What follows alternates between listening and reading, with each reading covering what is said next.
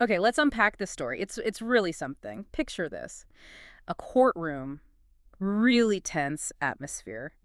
Yeah, thick enough to cut with a knife, as they say. Exactly. And the judge delivers the sentence. The absolute worst. Death. For Officer Sarah Mills. Convicted, facing execution, it's heavy stuff. But then there's this detail in the back of the room, her canine partner, Rex, mostly unnoticed. Right. And according to the sources we've looked at, what this dog reportedly did next, well, it changes everything. It's almost legendary the way it's described. It really is. So this deep dive, it's all based on that narrative from the sources we have. It focuses on Officer Mills and, crucially, the pretty unbelievable actions of Rex. Yeah, the sources really frame it less like a dry legal case and more like this powerful story. It's about the bond, between Sarah and Rex and how that loyalty somehow became this catalyst for finding the truth. That premise alone just grabbed me immediately. A dog's actions potentially overturning a death sentence. It sounds like fiction. It does. So our goal today is to really dig into this material, pull out the key moments for you, explore that incredible connection the sources describe between Sarah and Rex, and try to understand how a dog's loyalty could play such a huge part in, well, a quest for justice. And reading it, it really does pull you in. It feels like you're Yeah. following this unfolding drama. It absolutely reads like a thriller sometimes. Right. So the sources, they start by setting the scene with Officer Sarah Mills. She's painted as, a really dedicated cop. Working tough beats, dangerous areas. Exactly. And always, Rex was right there with her. Always. And the material makes a point of saying it wasn't just like a working relationship. No, not just a canine partner. He's really portrayed as family. That bond, it's absolutely central to the whole story the sources tell. Which makes what happens next even harder. The charges against her. Yeah, they're incredibly serious. Breaking into a house, no warrant. Chasing down an unarmed suspect. And then shooting him in cold blood. That's the accusation. And for her defense team, it was an uphill battle from the start.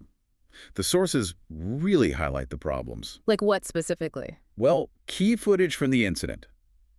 Apparently gone. Missing. Oh, wow. Okay. And crucial body cam data corrupted somehow. Yeah. And any witnesses who might have actually helped her case, they just seemed hard to track down.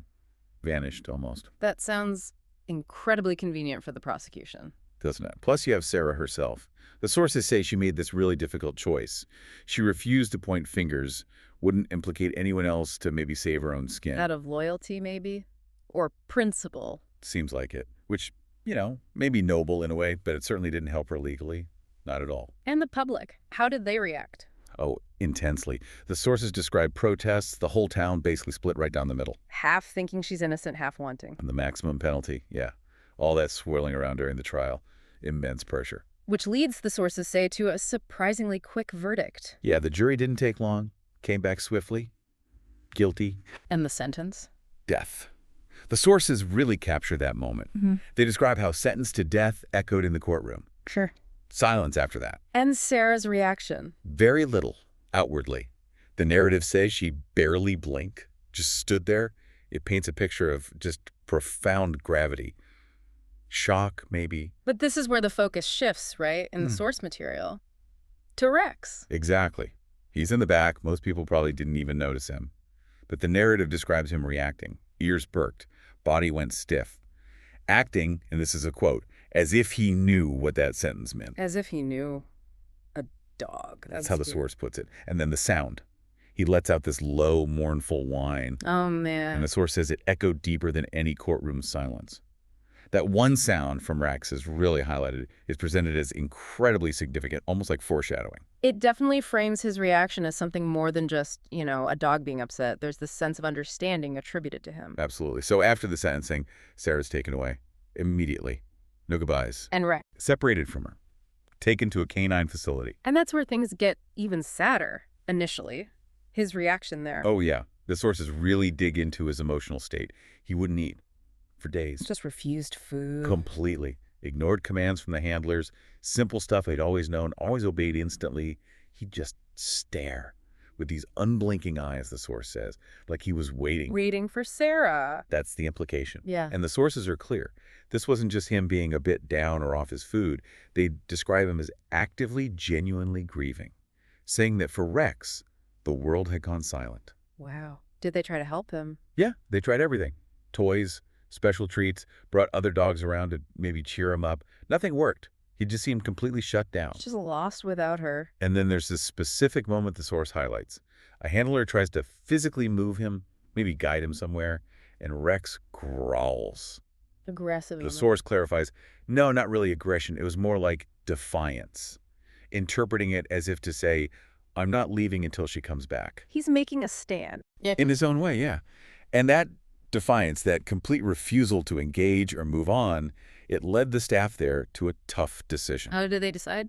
They labeled him emotionally unstable, unfit for duty, started making plans for, early retirement or maybe finding him a new home. But that didn't work either, right? No chance. Yeah. The sources say Rex rejected every single potential adopter. He'd either growl at them, low in his chest, or just ignore them completely. Making it clear. Absolutely. The message seemed to be, I don't want a new home. Yeah. I want her. Sarah's the only partner he'd accept. That level of loyalty, it's intense. It is, and it didn't go completely unnoticed. According to the material, there was this older handler there, Yeah. lots of experience with canines. Yeah. He watched Rex and reportedly said something like, I've never seen loyalty like this. It's like he's waiting for something or someone.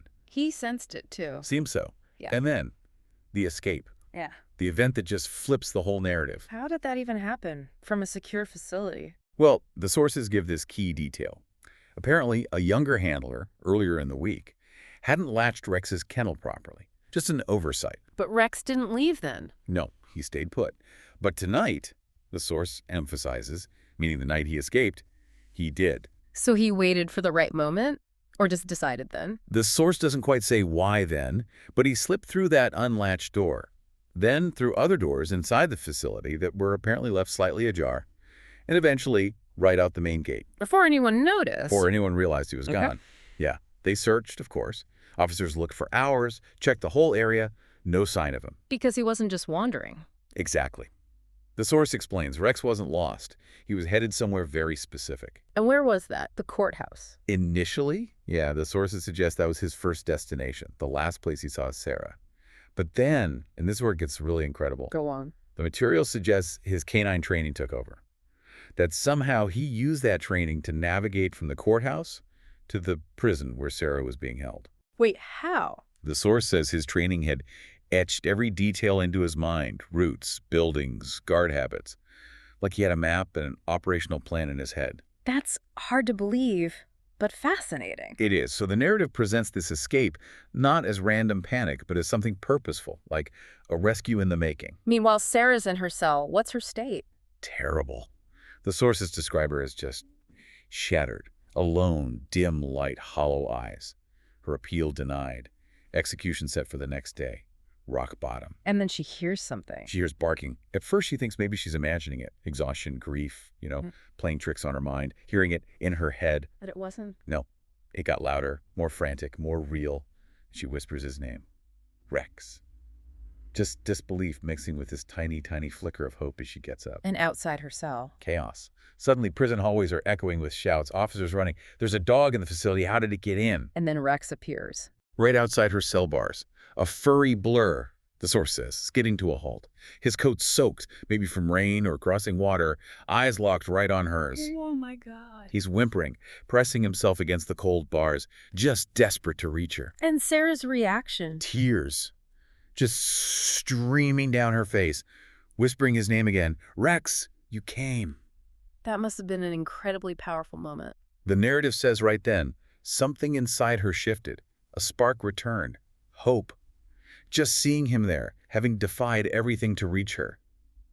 It was a turning point, pulled back from the edge. But then the guards arrived. Yeah, moments later, weapons drawn, ready for a threat. But, and the sources really highlight this, they pause. They hesitate. Yeah. Seeing Rex there, totally focused on Sarah. Not aggressive towards them. Yeah. Just there for her. The material suggests they saw something more than just a stray dog.